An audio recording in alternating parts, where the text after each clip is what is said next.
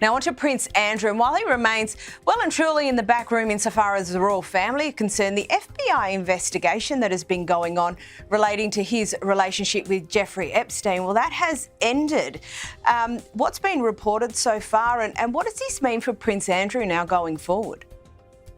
Well, that's a huge question, because the FBI have indeed said that there is no formal investigation that will continue for Prince Andrew's links to Jeffrey Epstein, which is a welcome news, I imagine, for Prince Andrew. However, what does this mean for him? No, the FBI say, drawing a line under this, saying that they will not investigate him. They won't be investigating any of Jeffrey Epstein's inner circle as well. And victims are rightly furious. They're saying, how on earth can this be the case, that there are victims out here giving evidence to the FBI, bravely coming forward, waiving their right to anonymity in certain cases and speaking up, and the FBI not going to pursue it? So for Prince Andrew, I mean, imagine he will feel vindicated in terms of, he has always vehemently denied the allegations against him.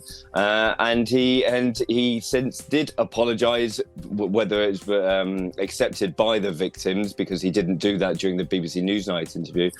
Does he feel that he has a road to redemption? I think that will not be accepted by the royal family. It certainly won't be accepted by the public. But at 65, he still feels, telling friends that he's got a lot to give. But I can't see a way back for him at all. No, and the investigation might be finished, but it just still feels like there's so many unanswered questions there, so fair enough. Now on to the Duchess of Edinburgh, and she's been in Bosnia and Herzegovina this week representing the King at the 30th anniversary of the Srebrenica genocide. A very touching commemoration, obviously a horrific event in European history. Sophie just has the perfect manner for these sorts of duties. How was she involved in this ceremony?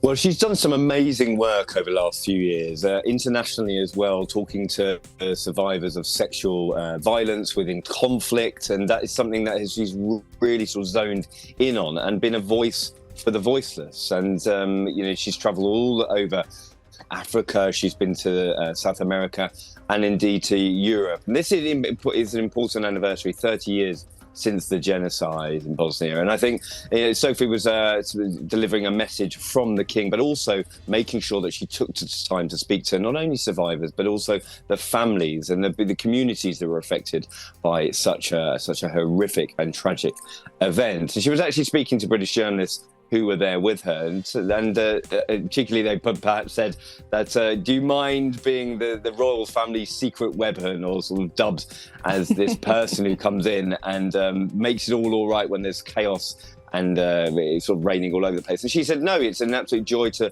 not only represent the royal family, but also get the opportunity to work on topics like this that are very, very dear to her heart. And I think that shows you how Sophie has been appreciated over the last few years within that central fold of the royal family.